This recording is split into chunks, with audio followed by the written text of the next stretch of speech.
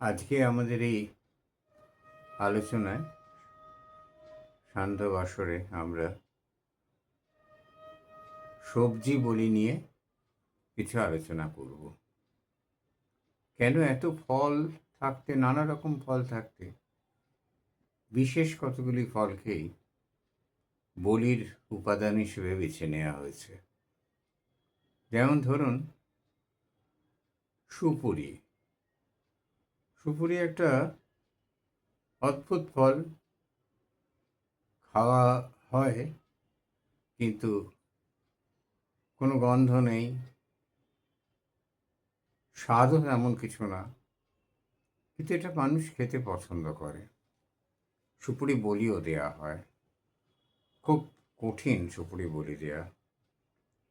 আসলে সুপুরিকে খুব ধারালো ছুরি দিয়ে খণ্ডিত করা হয়।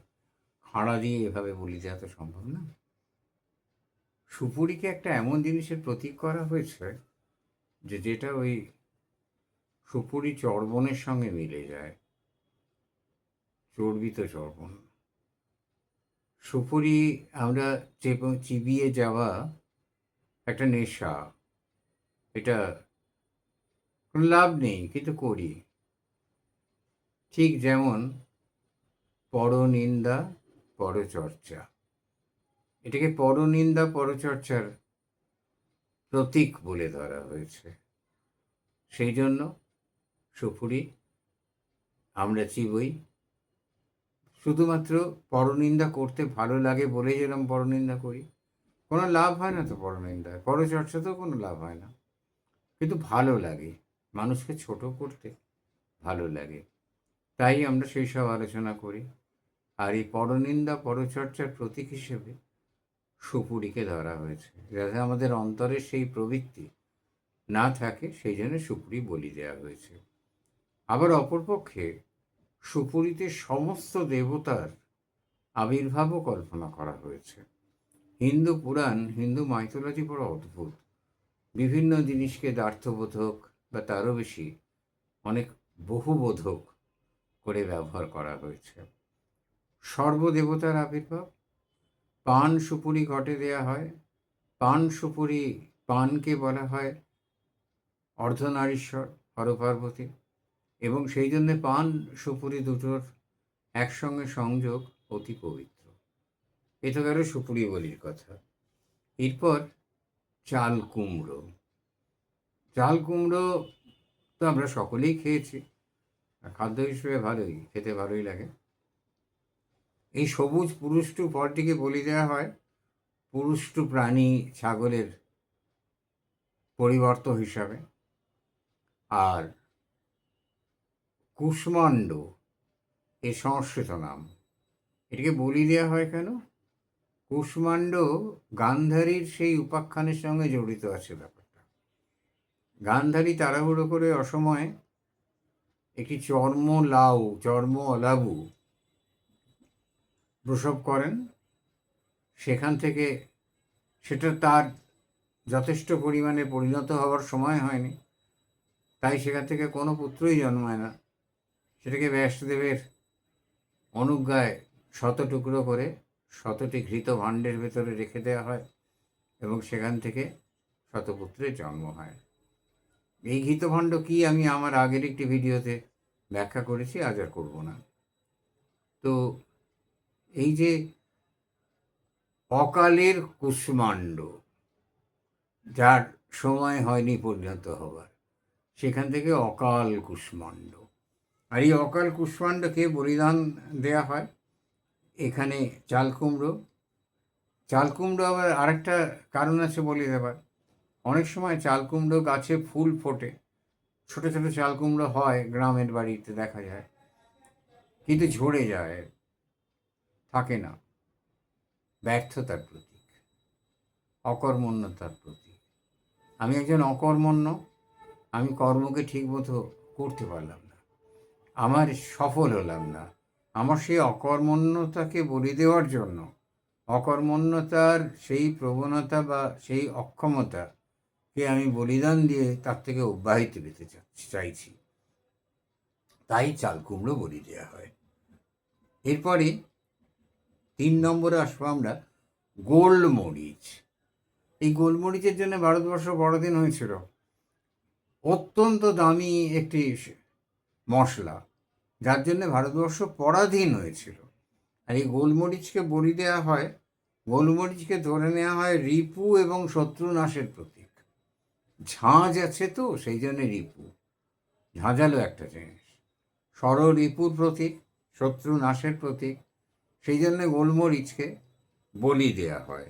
তো গোলমরিচকে তো বলি দেওয়া যায় না এভাবে, সেই জন্যে এই কুষ্মাণ্ডের মধ্যে রেখে বা কোনো নৈবেদ্যের মধ্যে রেখে মেখে সেটাকে বলি দেওয়া হয়।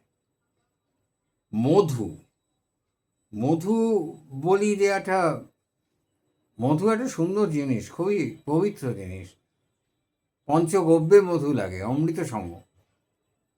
মধু রক্তের প্রতীক, প্রজ্ঞা এবং ঐশ্বরিক প্রজ্ঞার প্রতীক, শক্তিরূপ।